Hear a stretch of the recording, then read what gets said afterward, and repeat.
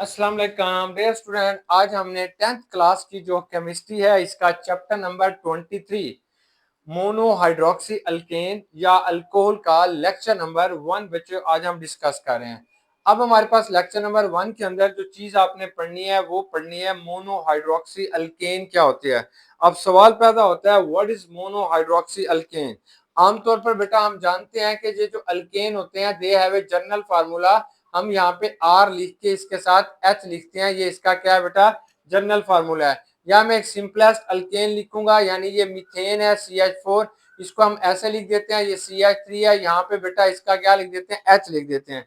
अगर ये वाला जो H होगा it can be replaced with OH। अगर इस H को आपने रिप्लेस कर दिया, किससे रिप्लेस कर दिया, OH के साथ रिप्लेस कर दिया, यानी hydrogen is replaced with OH। OH के साथ अगर आप इसे रिप्लेस कर देते हैं तो that is known as a mono hydroxy alkane. तो आप इसे मोनो हाइड्रोक्सी अल्केन कहते हैं। मोनो क्यों कह रहे हैं, because they consist of only one. Hydroxy mean they contain only one hydroxyl group. Due to this reason they are called as a mono hydroxy alkane या that is collectively called alcohol. तो इनका दूसरा जो नाम होता है वो हमारे पास क्या होगा, अल्कोहल होगा। ये जो अल्कोहल होते हैं they are most important organic compounds, बहुत अहमियत के हामिल होते हैं अल्कोहल्स, और इनका नाम जो होता है ऑर्गेनिक केमिस्ट्री के अंदर ये लाजमी तौर पर आ रहे होते हैं। और अल्कोहल के अंदर बेटा जो हमारे पास एक इंपॉर्टेंट किस्म की जो अल्कोहल होती है उस चीज को हम कहते हैं एथानोल, C2H5OH। ये जो होगा that is known as a ethanol. तो इसको आप क्या कहते हैं, ये एथानोल है। एथानोल क्या होता है, ये वर्सटाइल अल्कोहल है, बहुत ज्यादा इस्तेमाल होने वाली एथानोल जो है ये अल्कोहल होगी। एथानोल वो वाहिद अल्कोहल है जिसे पीने के लिए भी लोग इस्तेमाल करते हैं। एथानोल वो वाहिद अल्कोहल है which can be use as a fuel, इसे फ्यूल के तौर पर भी इस्तेमाल किया जाएगा। कहा जा रहा है दुनिया में अगर पेट्रोल खत्म हो गया, पेट्रोल खत्म हो गया तो उसका जो सब्स्टिट्यूट होगा वो बच्चों एथानोल होगा। खांसी के जितने भी सिरप होते हैं उनके अंदर भी एथानोल को यूज किया जाता है, यानी मेडिसिन के अंदर भी इसे यूज किया जाता है। अब हमारे पास बाज अल्कोहल ऐसी होती हैं, बाज बेटा ऐसे अल्कोहल होते हैं जिनको तैयार करने के लिए हम क्या करते हैं, लिविंग ऑर्गेनिजम्स को इस्तेमाल करते हैं। लिविंग ऑर्गेनिजम्स को बेटा इस्तेमाल करते हैं तब आप इन्हें अल्कोहल को तैयार करते हैं। या बाज अल्कोहल को बेटा आप इंडस्ट्रियल स्केल के ऊपर भी तैयार कर रहे होते हैं क्योंकि अल्कोहल जो होता है ये मुख्तलिफ इंडस्ट्रीज के अंदर इस्तेमाल हो रही होती है। अब हमने हमारे कोर्स के अंदर जो अल्कोहल शामिल है जिसकी मैन्युफैक्चरिंग आपने पढ़नी है, तैयारी पढ़नी है, वो है ethanol, manufacturing of ethanol. Ethanol का जो आपके पास फार्मूला होता है वो C2H5OH होता है, यानी ये एथानोल कहलाएगा।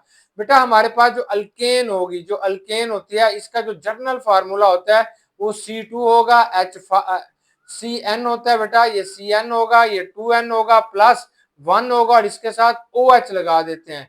ये आपके पास अगर आपने यहाँ पे 2 लगाते हैं तो दैट इज अल्केन। अगर यहाँ पे इसी फार्मूले के साथ आपने क्या लगा दिया 2N+1 और साथ इसके OH लगा दिया तो इट इज ए अल्कोहल। तो ये मोनोहाइड्रोक्सी अल्केन का फार्मूला बन जाता है। अब मैन्युफैक्चरिंग ऑफ एथानोल के एथानोल को आपने कैसे तैयार करना है, तो ये एथानोल का मॉलिक्यूलर फार्मूला होता है। तो एथानोल को तैयार करने के आपके पास दो मेथड आते हैं, लार्ज स्केल के ऊपर दो मेथड आप इस्तेमाल करते हैं। First one is called fermentation method, ये बायोकेमिकल प्रोसेस कहलाता है, फर्मेंटेशन मेथड कहलाता है। इसे बायोलॉजिकल प्रोसेस भी कहते हैं। यहाँ पे क्या यूज करेंगे, यीस्ट को यूज करेंगे, एक माइक्रो ऑर्गेनिजम्स को यूज करेंगे और इसकी आप फर्मेंटेशन कराएंगे, अम्ले तमखीर करा के इसको आप एथानोल को तैयार करेंगे। या बेटा दूसरा जो आता है उसे हम कहते हैं हाइड्रेशन ऑफ अल्कीन, कि अल्कीन के अंदर अगर आपने एडिशन ऑफ वाटर करेंगे तब आप उसको थीन को can be change into alcohol के अंदर, एथानोल के अंदर चेंज कर सकते हैं। ये इंडस्ट्रियल प्रोसेस होता है और यहाँ पे आपने कैटालिस्ट को यूज करते हैं, फिर आप अल्कीन से एथानोल को तैयार करेंगे। और व्हाट इज फर्मेंटेशन, के फर्मेंटेशन क्या होती है कि अगर आपके पास एक बड़ा मॉलिक्यूल है, एक लार्ज मॉलिक्यूल होते हैं, एक बड़ी सब्सटेंस है और इस सब्सटेंस के ऊपर एक माइक्रो ऑर्गेनिज्म, ये जो माइक्रो ऑर्गेनिज्म है वो इस बेटा सब्सटेंस के ऊपर काम करता है, इसको जो है तोड़ता है और फिर इसको स्मॉलर पार्ट्स के अंदर तोड़ेगा, that is known as a fermentation. इस अमल को आपने क्या कहना है, फर्मेंटेशन कहलाता है। Fermentation is a reaction where a substance break down, जहां पे एक चीज जो होगी उसे तोड़ा जाता है इनटू सिंपलर सब्सटेंसेस, छोटी चीजों में तोड़ा जाएगा in the presence of enzyme, present in yeast, वो एंजाइम जो यीस्ट के अंदर मौजूद होगा वो इसको तोड़ेगा और फिर इसके माइक्रो सब्सटेंसेस या छोटी सब्सटेंसेस के अंदर आप इसको तोड़ देगा। That is known as a fermentation. इस अमल को बेटा आपने फर्मेंटेशन कहते हैं। अब what is yeast? Yeast is a fungi, यानी ये एक फंगस होता है और वहां से आपने यीस्ट को हासिल किया हुआ होता है। कुदरती तौर पर भी ये चीजों के अंदर पाया जाता है। प्रिपरेशन ऑफ युगार्ड, जैसे हम दही बनाते हैं वो भी फर्मेंटेशन का एक प्रोसेस है। ब्रेड जैसे डबल रोटी बनाते हैं या खमीरी रोटी बनाते हैं वो भी बेटा फर्मेंटेशन होती है। या इथाइल अल्कोहल की जो तैयारी होती है, ये कुछ एग्जांपल्स हमारे पास आ जाती हैं जिनके अंदर फर्मेंटेशन रिएक्शन यूज होगा। अब फर्मेंटेशन ऑफ ग्लूकोज, अब आपने एथेनॉल कहां से तैयार करनी है? तो एथेनॉल तैयार करने के लिए जो आपके पास मटेरियल होगा वो ग्लूकोज होगा। Starting material is a glucose. तो fermentation of glucose by yeast, glucose की आपने यीस्ट के जरिए फर्मेंटेशन कराएंगे तो ये बायोलॉजिकल प्रोसेस है। Glucose can be converted into ethanol, glucose को बेटा एथेनॉल में कन्वर्ट किया जाता है बाय यीस्ट। यीस्ट के अंदर एक एंजाइम मौजूद होगा, वो इसके ऊपर काम करेगा अंडर कंट्रोल कंडीशंस के ऊपर। खास किस्म की कंडीशंस अगर इसका प्रोवाइड करेंगे तो ये ग्लूकोज जो होता है वो आमतौर पर बेटा किस में कन्वर्ट होता जाएगा? एथेनॉल के अंदर कन्वर्ट होता जाएगा। अगर आपके पास कंट्रोल कंडीशन नहीं है तो फिर फर्मेंटेशन जो है वो प्रॉपर प्रोसेस नहीं होगा। अब व्हाट इज एथेनॉल? आमतौर पर आपने सुना होगा लोग जो है देसी किस्म की शराब घर में बनाते हैं।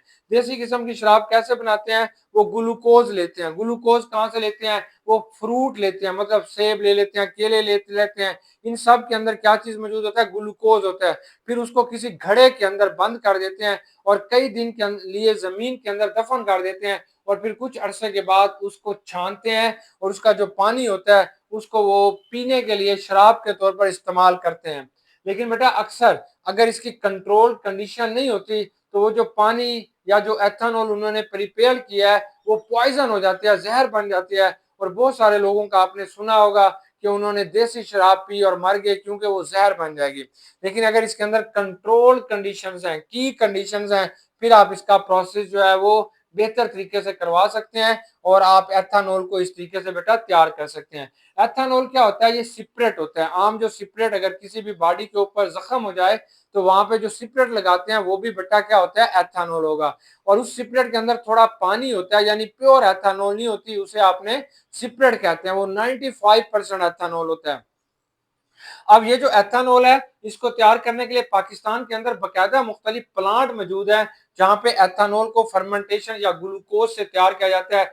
गन्ने से हासिल की गई चीनी या गन्ने से या चीनी, जब हम चीनी बना लेते हैं, चीनी बनाने के बाद उसके जो मोलाइसिस बन जाते हैं, जो उसका वेस्ट प्रोडक्ट होता है उसके अंदर ग्लूकोज और चीनी सुक्रोज मौजूद होती है, उसकी फर्मेंटेशन करा के एथेनॉल को तैयार किया जाता है। अब बेटा इसकी फर्मेंटेशन के लिए कंडीशंस क्या है? नंबर 1, इसका टेम्परेचर आपके पास 35 डिग्री सेंटीग्रेड होना चाहिए। 35 डिग्री सेंटीग्रेड आपके पास बेस्ट यील्ड देगा। अगर टेम्परेचर कम या ज्यादा हो गया तो इस एंजाइम ने काम नहीं करना। और सोल्यूशन, इसका सोल्यूशन जो आपने लेना है वो न्यूट्रल या एसिडिक होना चाहिए, बेसिक नहीं होना चाहिए। आपके पास या तो न्यूट्रल हो या बेटा आपके पास क्या होगा? एसिडिक हो। मतलब जो ग्लूकोज ले रहे हैं, जो आप फ्रूट ले रहे हैं, जो आप गन्ने का रस ले रहे हैं, जो भी चीजें ले रहे हैं वो सोल्यूशन आपके पास न्यूट्रल होना चाहिए। अगर वो बेसिक होगा तो उसमें थोड़ा सा एसिड डाल के आपने एसिडिक कर लेना है। मस्ट बी एनारोबिक, यहाँ पे ऑक्सीजन नहीं होनी चाहिए। मैंने आपको बताया उसे मिट्टी के अंदर दबा देते हैं ताकि ऑक्सीजन का एक कतरा भी वहां पे ना जाए। अगर ऑक्सीजन जाएगा तो फिर एथेनॉल आपके पास नहीं बनेगी। अब यहाँ पे रिएक्शन क्या होगा? तो यहाँ पे ये केमिकल रिएक्शन हो रहा है। ये बेटा हमारे पास क्या होगा? ग्लूकोज होगा। C6 है, H12 है, O6 है, ये ग्लूकोज है। इसके ऊपर कौन काम करेगा? यीस्ट करेगा। यीस्ट के अंदर क्या चीज है? इंजाइम होता है यीस्ट के अंदर जो इसे कन्वर्ट कर देगा। एक बड़े मालिक्यूल को किस में कन्वर्ट करेगा? एथेनॉल के अंदर कन्वर्ट करेगा, C2H5OH। तो बेटा ये एथेनॉल के अंदर ये कन्वर्ट हो जाएगा, प्लस इसके साथ 2 कार्बन डाइऑक्साइड के भी मालिक्यूल बनेंगे। जब ये प्रोसेस कंप्लीट हो जाएगा तो ये जो कार्बन डाइऑक्साइड है, फॉर एग्जांपल ये घड़ा है तो इसके ऊपर बेटा यहाँ पे कार्बन डाइऑक्साइड जमा हो जाएगी। जब आप इसे खोलेंगे तो ये कार्बन डाइऑक्साइड यहाँ से निकल के हवा के अंदर चली जाएगी और यहाँ पे आपके पास क्या बच जाएगा? एथानॉल बच जाएगा। यानी एथानॉल जो होगा वो यहाँ पे हमारे पास बचा हुआ होगा, यहाँ पे हमारे पास क्या आ जाएगा, एथानॉल हो जाएगा। और इस तरीके से ये जो एथानॉल आप हासिल कर लेंगे, इसकी मजीद फिल्ट्रेशन की जाती है और ये फिर आगे इसे मुख्तलिफ यूज के अंदर लेके आया जाता है। अगर किसी किसी मेडिसिन को बनाना है, जैसे खांसी के जितने सिरप होते हैं उनके अंदर क्या होता है, एथानॉल होता है। इसलिए कहा जाता है कि अगर आपको खांसी है तो आपने जो सिरप है वो रात को इस्तेमाल करना है। अगर दिन को आप पिएंगे तो आपको गशी होगी, आपको नींद आना शुरू हो जाएगी। इसलिए खांसी के सिर्फ सिर्फ रात को इस्तेमाल किए जाते हैं। अब टेम्परेचर क्या होगा, कंट्रोल होना चाहिए, क्रिटिकल होना चाहिए। टेम्परेचर मेरा हमेशा 35 डिग्री सेंटीग्रेड होना चाहिए। अगर 35 डिग्री सेंटीग्रेड से टेम्परेचर कम होगा तो फिर क्या होगा, तो फिर बेटा रिएक्शन जो होगा बहुत स्लो होगा, बहुत आहिस्ता आहिस्ता ये रिएक्शन होगा अगर टेम्परेचर 35 डिग्री सेंटीग्रेड से कम होगा। अगर टेम्परेचर बेटा 35 से ज्यादा हो गया, 40-45 हो गया, फिर क्या होगा, ये जो इंजाइम है बिकम इनएक्टिव। ये जो यीस्ट है ये मर जाएगा, इनएक्टिव हो जाएगा, सुस्त हो जाएगा, इसको चक्कर आना शुरू हो जाएंगे, ये काम नहीं कर सकेगा, दे स्टॉप वर्किंग इफेक्टिवली। तो ये यीस्ट जो है ये प्रॉपर तरीके से काम नहीं करेगा और हमारा रिएक्शन जो है वो वहीं पे रुक जाएगा, स्टॉप हो जाएगा। अब बेटा एरोबिक कंडीशन क्यों जरूरी है। एन एरोबिक कंडीशंस क्या होती हैं, ऐसी कंडीशन जिसके अंदर आपने ऑक्सीजन नहीं होना, इन ऑब्सेंस ऑफ ऑक्सीजन के, ये जो प्रोसेस है ये ऑक्सीजन की गैर मौजूदगी में होना चाहिए। अगर बच्चों an aerobic conditions are required because, अगर इसमें ऑक्सीजन होगा तो ये जो एथेनॉल है ये मजीद बच्चे ऑक्सीडाइज हो जाएगी। अगर ऑक्सीजन होगा तो इसको मजीद ऑक्सीडाइज कर देगा, किसके अंदर ऑक्सीडाइज कर देगा, कार्बोक्सिलिक एसिड के अंदर, एथोनिक एसिड के अंदर। तो ये एक एसिड बन जाएगा। अब ये एथेनॉल नहीं रहेगी बल्कि एथोनिक एसिड में कन्वर्ट हो जाएगा। अब एथेनॉल कंसंट्रेशन लिमिट, अब यहाँ पे ना एथेनॉल की एक लिमिट भी बड़ी अहम होती है। अगर ethanol is toxic to yeast, ये यीस्ट के लिए जहर बन जाता है, यीस्ट को काम नहीं करने देता एट हाई कंसंट्रेशन। अगर यहाँ पे एथेनॉल ज्यादा मिकदार के अंदर पैदा हो गया तो ये जो यीस्ट यहाँ पे आप इस्तेमाल कर रहे हैं ये इनएक्टिव हो जाएगा, ये काम नहीं करेगा, क्योंकि ये जो एथेनॉल है वो इस यीस्ट के लिए बेटा टॉक्सिक है। अब यीस्ट बिकम इनएक्टिव, ये यीस्ट काम करना छोड़ देगा, इनएक्टिव हो जाएगा। अगर concentration of ethanol in the reaction mixture exceeds 15%, अगर बेटा ये जो एथेनॉल आपने बनाई है और इसके अंदर ये 15% से ज्यादा हो गई, 15% से अगर ये एथेनॉल ज्यादा हो गई तो वो एंजाइम काम करना छोड़ देगा। मतलब 15% से ज्यादा आप फर्मेंटेशन मेथड के जरिए एथेनॉल बना ही नहीं सकते, क्योंकि इसके ऊपर अगर आप जाएंगे तो वो जो आपके पास यीस्ट है, वो जो माइक्रो ऑर्गेनिजम्स हैं वो इनएक्टिव हो जाएगा। अब 15% से क्या मुराद है, 50% बेटा ये एथेनॉल होगा, बाकी सारे का सारा इसमें ग्लूकोज वाला पानी होगा, या इसके अंदर जो आपने चीनी वाला पानी लिया हुआ है वो होगा। अब हमारे पास सेकंड मेथड आता है कि preparation of ethanol from ethene, के इथीन से आपने एथेनॉल को कैसे तैयार करना है, या एथिलीन से कैसे तैयार करते हैं। तो ये बच्चे हमारे पास क्या होता है, ये इथीन होता है, CH2CH2, इसको आपने इथीन कहते हैं। अब इथीन को क्या करते हैं, स्टीम के साथ रिएक्शन कराते हैं, यानी पानी को हाई टेम्परेचर पर लेके स्टीम में कन्वर्ट कर देते हैं। और ये जो रिएक्शन होगा ये बेटा फास्फोरिक एसिड की मौजूदगी में हो रहा होगा, H3PO4 की मौजूदगी में होगा। क्या होगा, पानी जो होगा ये ब्रेकअप होगा और जाके ये अल्कीन के इस डबल बाड में से पाई बाड को तोड़ देगा, एक बाड को तोड़ देगा जो पाई बाड होगा, सिग्मा बाड नहीं टूटेगा। ये H क्या होगा, ये इस कार्बन के साथ जाके लग जाएगा। ये OH क्या होगा, ये इस कार्बन के साथ जाके बेटा अटैच हो जाएगा। तो ये CH2 होगा, ये H होगा, ये क्या बनेगा, ये CH2 होगा, यहाँ पे क्या आ जाएगा, OH आ जाएगा। ओवरऑल इस रिएक्शन को आपने कैसे लिखेंगे, ओवरऑल हमारे पास आएगा CH3 है, ये CH2 है, ये OH है, ये एथेनॉल हमारे पास ओवरऑल बन जाएगा। लेकिन इस रिएक्शंस के लिए बेटा हमारे पास कुछ कंडीशंस जो होती हैं वो जरूरी होती हैं।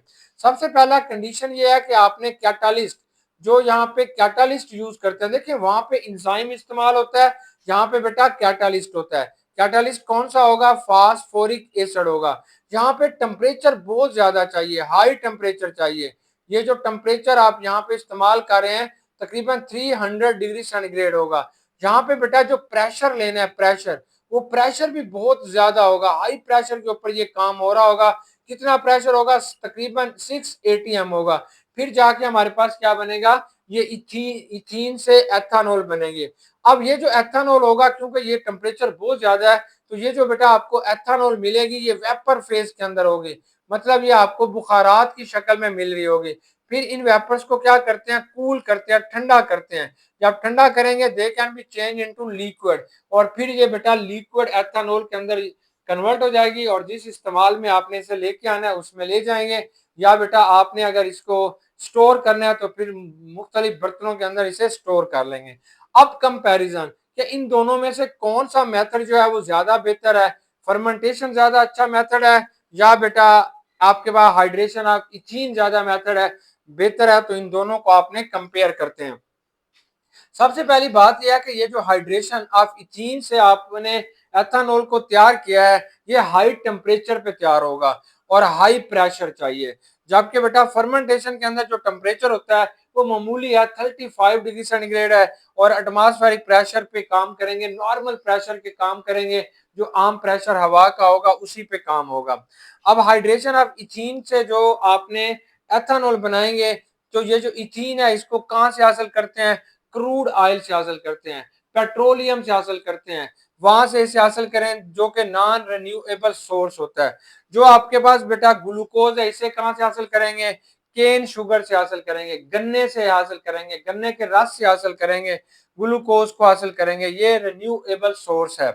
बेटा ये जो आपके पास इथीन है इसका रेट ऑफ रिएक्शन बहुत तेज होता है, बड़ी तेजी के साथ ये रिएक्शन होगा, लेकिन फर्मेंटेशन का ये जो प्रोसेस होता है तो रेट ऑफ रिएक्शन क्या होता है, बहुत स्लो होता है, बहुत लो होता है। It may take day to complete, इसके अंदर बहुत सारे दिन लग जाते हैं फिर जाके ये रिएक्शन क्या होता है, कंप्लीट होता है। जैसे मैंने देसी तरीके से आपको बताया है, घड़े के अंदर इन चीजों को डाल के जमीन के अंदर दफन कर देते हैं 1-1.5 हफ्ते के लिए, तो यहाँ पे रेट ऑफ रिएक्शन क्या होगा, बड़ा स्लो होगा। यहाँ पे जो प्रोडक्ट बनते हैं, यहाँ पे बेटा जो आपके पास एथानॉल बन रही होती है, प्रोड्यूस रिलेटिवली प्योर अल्कोहल, यहाँ पे प्योर अल्कोहल बनती है, लेकिन बेटा फर्मेंटेशन के अंदर जो एथानॉल बनती है वो सिर्फ 15% बनती है। फिर आपके पास बाकी इसके अंदर 85% क्या पानी है, तो इसकी फिर आपने डिस्टिलेशन करेंगे, ये एक अलग से प्रोसेस होगा। डिस्टिलेशन क्या करेंगे, ये आपने एक सुराही लेंगे, इसमें 15% तो एथानॉल है, 85% पानी है, तो आप इसे हीट करेंगे किस टेम्परेचर पे, एथानॉल का 78 डिग्री सेंटीग्रेड टेम्परेचर होता है, 80 डिग्री सेंटीग्रेड पे गर्म करेंगे तो सारी एथानॉल इधर आ जाएगी और पानी इधर बच जाएगा, तो आप इसे डिस्टिलेशन अलग से करनी पड़ेगी। यहाँ पे जो एथानॉल तैयार होती है ये एक्सपेंसिव किस्म की होती है, आला किस्म की एथानॉल आप तैयार करते हैं। यहाँ पे बेटा फर्मेंटेशन से जो एथानॉल आप तैयार करते हैं ये आपके पास चीप होती है, इतनी ज्यादा अच्छी एथानॉल आपके पास तैयार नहीं होती। तो अब बेटा हमने कुछ क्विक चेक करने हैं, उनको अब हम सॉल्व कर लें। पहला जो हमारा क्विक चेक कार है वो 23.1 है। आप अपनी बुक्स को देखें, वहां पे आपने पहला क्विक चेक जो है वो आपने देखना है, वो कौन सा है, 23.1 है। 23.1 के अंदर जो क्विक चेक हमें दिया जा रहा है उसके अंदर वो कौन से क्वेश्चन पूछ रहा है, तो उसका पहला क्वेश्चन यह है कि what is the role of yeast in fermentation, कि ये जो फर्मेंटेशन का आपने प्रोसेस कराया है इसमें यीस्ट का क्या काम है, तो सारा काम ही बच्चों यीस्ट का है। यीस्ट क्या करता है, ये जो ग्लूकोज होगा ये एक बड़ा मालिक्यूल होता है, it can be converted into ethanol. Yeast बच्चे ग्लूकोज को एथानॉल के अंदर कन्वर्ट करता है, फर्मेंटेशन के प्रोसेस को कंप्लीट करता है। सेकंड इसका क्वेश्चन यह है कि at which temperature enzymes present in yeast get get inactive, आमतौर पर यीस्ट के अंदर एक एंजाइम मौजूद है, किस टेम्परेचर पे ये इनएक्टिव हो जाएगा। अगर बेटा आपके पास टेम्परेचर जो है 35 डिग्री सेंटीग्रेड से अबव हो गया, मतलब आपके पास 40 डिग्री सेंटीग्रेड टेम्परेचर हो गया, 50 डिग्री सेंटीग्रेड टेम्परेचर हो गया, तो यहाँ पे मौजूद जो एंजाइम होगा वो इनएक्टिव हो जाएगा, वो काम करना छोड़ देगा। अगर बच्चे इसका टेम्परेचर कम कर देंगे तब भी वो इनएक्टिव हो जाता है, तब इस रिएक्शन को वो स्लो कर देते हैं। नेक्स्ट आपके पास क्विक चेक आएगी 23.2, why oxygen is excluded when the fermentation reaction is carried out, जब आप फर्मेंटेशन का प्रोसेस करा रहे होते हैं तो उसके अंदर आपने ऑक्सीजन को क्यों दाखिल नहीं होने देते, ऑक्सीजन को क्यों निकाल देते हैं। अगर फर्मेंटेशन के अंदर बेटा आपने ऑक्सीजन को यूज करेंगे या जैसे हवा है यहाँ पे ओपन प्रोसेस कराएंगे, जमीन के अंदर दफन नहीं करेंगे, तब क्या होगा, ये जो एथानॉल बनती है इस एथानॉल के साथ ये ऑक्सीजन जाके रिएक्शन करेगा and convert into carboxylic acid या एथानोइक एसिड, तो ये एथानोइक एसिड में इसे कन्वर्ट कर देगा। एथानोइक एसिड क्या होता है? सिरका, सिरका। तो ये एसिटिक एसिड या सिरके के अंदर तब्दील हो जाएगा, एथानॉल खत्म हो जाएगी, इसलिए इसे ऑक्सीजन की अब्सेंस के अंदर इस काम को कराया जाता है। Which method for the preparation of ethene involves renewable source? अब इन दोनों में से वो कौन सा मेथड है जहां पे आपने रिन्यूएबल सोर्स इस्तेमाल करते हैं? तो हम जानते हैं कि फर्मेंटेशन के अंदर हम ग्लूकोज को यूज कर रहे होते हैं, और ग्लूकोज आप कहां से हासिल करते हैं? पौधों से हासिल करते हैं, और पौधों से हासिल की हुई जो चीजें होती हैं उसको आपने रिन्यूएबल सोर्स का नाम देते हैं। डियर स्टूडेंट, उम्मीद है कि आज की डिस्कशन आपको अच्छे तरीके से समझ आ गई होगी। बच्चों, बेस्ट विशेस, गुड लक, अल्लाह हाफिज।